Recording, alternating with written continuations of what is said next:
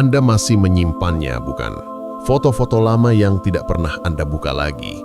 Chat yang sudah berbulan-bulan tidak Anda balas, tapi tidak juga Anda hapus. Nama-nama di kontak telepon dari orang yang sudah tidak ada dalam hidup Anda, tapi tetap Anda pertahankan, siapa tahu suatu hari nanti. Bahkan mungkin, dan ini yang paling menyakitkan, identitas lama yang sudah tidak lagi cocok dengan siapa Anda sekarang, namun Anda paksa tetap dikenakan seperti baju usang yang sempit di tubuh. Hari ini, saya akan mengatakan sesuatu yang mungkin tidak Anda ingin dengar. Masa lalu Anda bukan harta karun yang perlu dipajang di museum. Ia adalah sampah yang perlu dibuang agar ruang baru bisa masuk. Dan jika Anda terus menggenggamnya, yang terjadi bukan nostalgia, melainkan pembusukan. Sebelum kita mulai, bagi Anda yang sudah subscribe, terima kasih karena Anda memilih untuk terus bertumbuh bersama channel ini. Dan bagi yang belum, tekan tombol subscribe sekarang, karena apa yang akan kita bahas bukan hanya tentang masa lalu, tapi tentang siapa Anda bisa menjadi jika Anda berani melepaskannya. Ada perbedaan mendasar antara mengingat dan terpenjara. Mengingat adalah ketika Anda sesekali membuka album foto lama, tersenyum pada kenangan indah, lalu menutupnya kembali dan melanjutkan hari dengan ringan. Terpenjara adalah ketika setiap keputusan hari ini harus meminta izin pada bayangan masa lalu. Ketika Anda tidak bisa menerima tawaran pekerjaan baru karena dulu saya pernah gagal, tidak bisa membuka hati pada orang baru karena dulu saya pernah disakiti, tidak bisa memulai proyek karena dulu saya pernah dipermalukan. Anda tidak sedang menghormati masa lalu. Anda sedang membiarkannya mengatur masa depan Anda. Lao Tse, filsuf Tiongkok kuno, pernah mengingatkan dengan tegas, jika Anda tertekan, Anda hidup di masa lalu.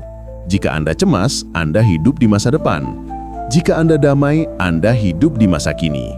Namun mayoritas dari kita memilih menjadi kurator museum pribadi, menghabiskan energi untuk merawat artefak-artefak yang sudah tidak relevan, alih-alih menjadi arsitek yang membangun rumah baru.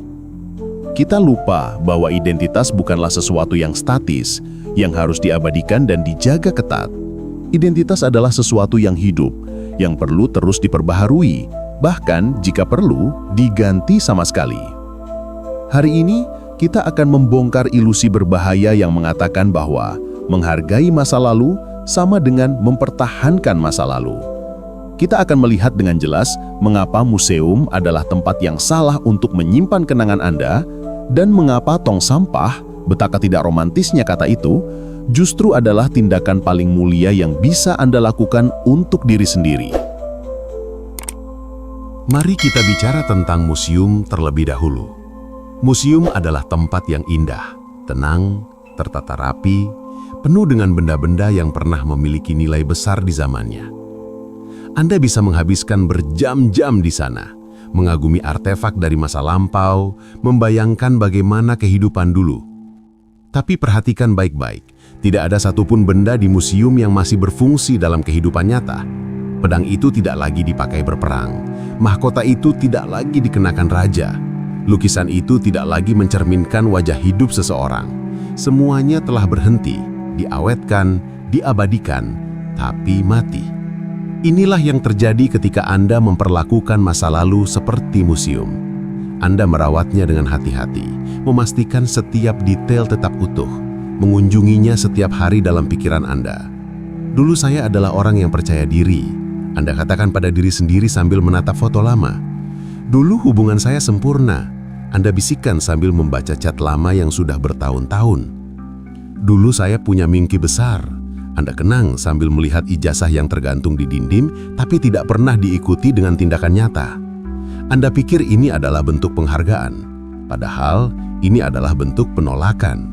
Penolakan untuk mengakui bahwa Anda sudah berubah, bahwa dunia sudah berubah, bahwa orang yang Anda cintai dulu sudah berubah. Ketika Anda memaksa identitas lama tetap hidup, yang terjadi bukan kehidupan, melainkan mumifikasi.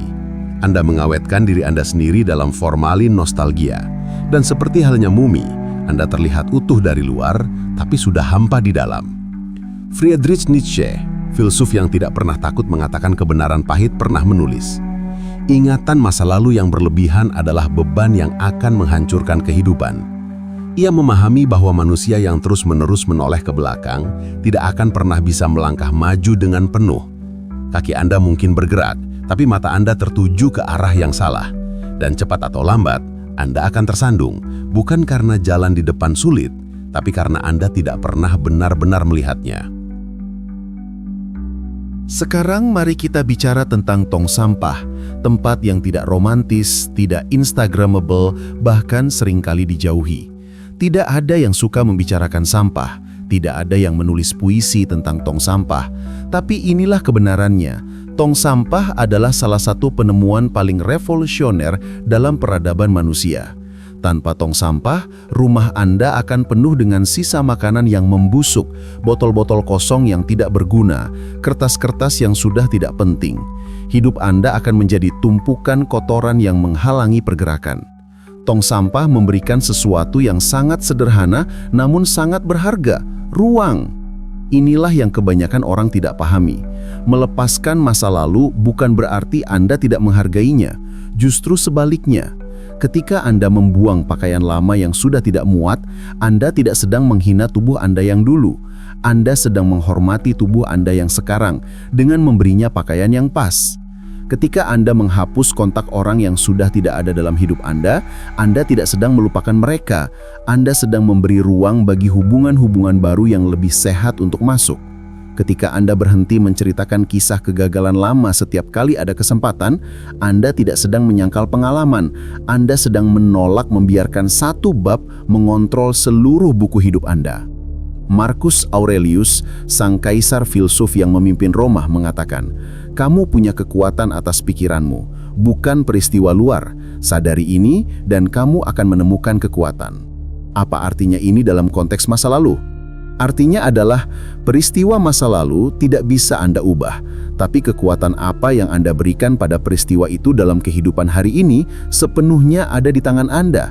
Anda bisa memilih untuk membiarkannya menjadi monumen yang menghalangi jalan, atau Anda bisa memilih untuk membuangnya ke tempat yang tepat, sampah, agar jalan Anda bersih dan lapang.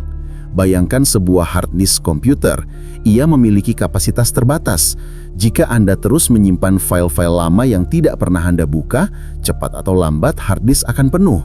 Tidak ada ruang untuk program baru, untuk proyek baru, untuk kemungkinan baru. Komputer akan melambat, bahkan hang. Anda harus menghapus file lama agar sistem bisa berjalan lancar. Pikiran Anda bekerja dengan cara yang sama. Setiap kenangan yang Anda simpan, setiap identitas lama yang Anda pertahankan, setiap dendam yang Anda pelihara, semuanya mengambil ruang. Dan ketika ruang habis, Anda tidak lagi bisa berpikir jernih, tidak lagi bisa merasa ringan, tidak lagi bisa bergerak bebas. Membuang bukan tindakan kebencian, membuang adalah tindakan kebijaksanaan. Membuang adalah cara Anda mengatakan, "Aku menghormati apa yang pernah ada, tapi aku lebih menghormati apa yang bisa ada." Salah satu bentuk masa lalu yang paling berbahaya adalah identitas yang sudah kadaluarsa, namun masih Anda kenakan. Ini bukan tentang barang fisik atau kenangan. Ini tentang cerita yang Anda percaya tentang diri Anda sendiri. Saya adalah orang yang pemalu. Saya adalah korban dari masa kecil yang sulit. Saya adalah orang yang selalu gagal dalam hubungan.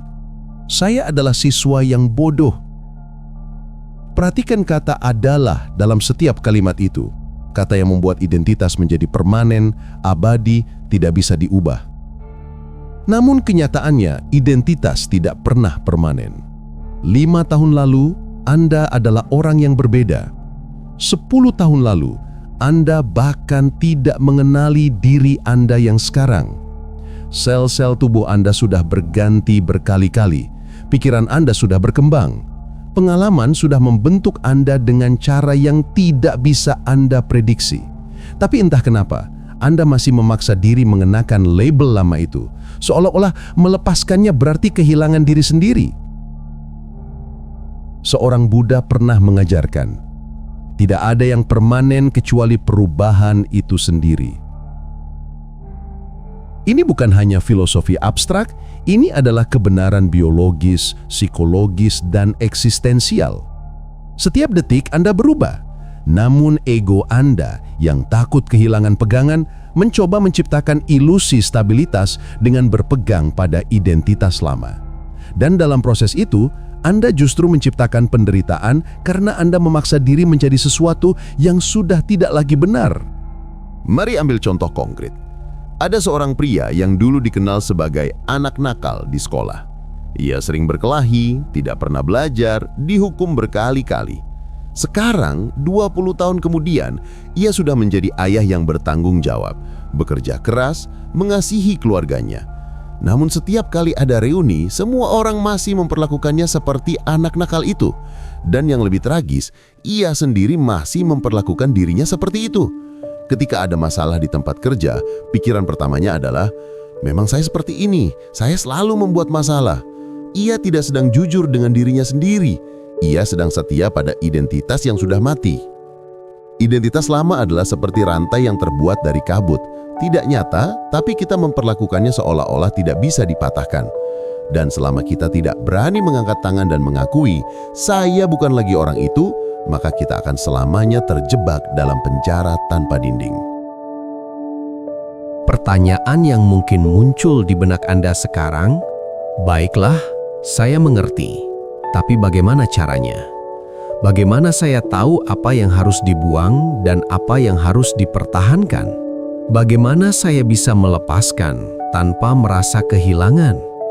Mari kita mulai dengan tes yang sangat sederhana namun sangat jujur.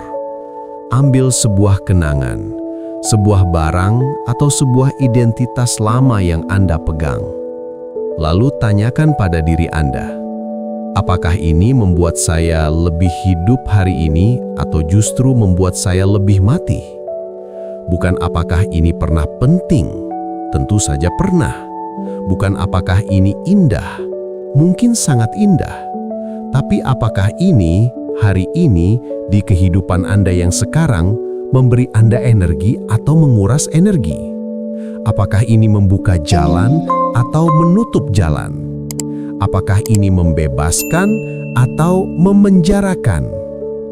Jika jawabannya adalah yang kedua, jika kenangan itu membuat Anda sedih setiap kali teringat, jika barang itu membuat Anda merasa bersalah karena tidak pernah dipakai, jika identitas itu membuat Anda merasa terjebak, maka sudah waktunya untuk membuangnya.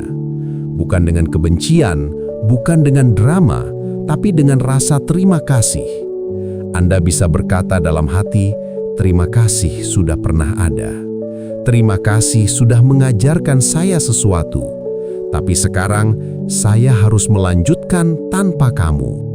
Seneca, filsuf stoik yang hidup dengan penuh kebijaksanaan, pernah mengingatkan, kita menderita lebih banyak dalam imajinasi daripada dalam kenyataan.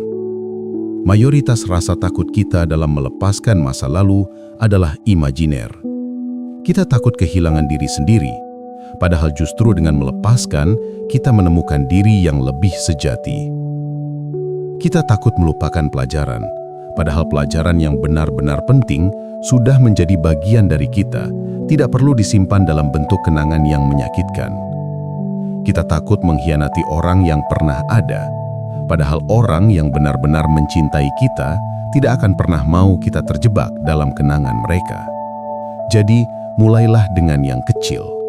Hari ini, buang satu foto yang membuat Anda sedih setiap kali melihatnya. Hapus satu cat dari orang yang sudah tidak ada dalam hidup Anda. Tulis satu identitas lama di secarik kertas, lalu bakar atau robek. Lakukan dengan penuh kesadaran, dengan penuh rasa hormat, tapi lakukan dan rasakan betapa ringannya dada Anda setelahnya, betapa lapangnya pikiran Anda, betapa bebasnya langkah Anda. Masa lalu Anda bukan musuh. Ia adalah guru yang sudah menyelesaikan tugasnya. Dan seperti guru yang baik, ia tidak akan marah ketika Anda lulus dan melanjutkan ke tingkat berikutnya. Ia justru akan tersenyum, bangga karena Anda sudah belajar cukup untuk bisa berdiri sendiri. Yang ia tunggu dari Anda bukan kesetiaan buta, bukan penghormatan tanpa akhir. Yang ia tunggu adalah tindakan. hidup dengan lebih baik, dengan lebih bijaksana, dengan lebih bebas. Inilah yang perlu Anda pahami hari ini. Anda tidak kehilangan siapapun atau apapun dengan melepaskan masa lalu. Anda justru mendapatkan diri Anda sendiri kembali. Versi Anda yang lebih jujur, yang tidak perlu berpura-pura menjadi orang yang sudah tidak ada lagi.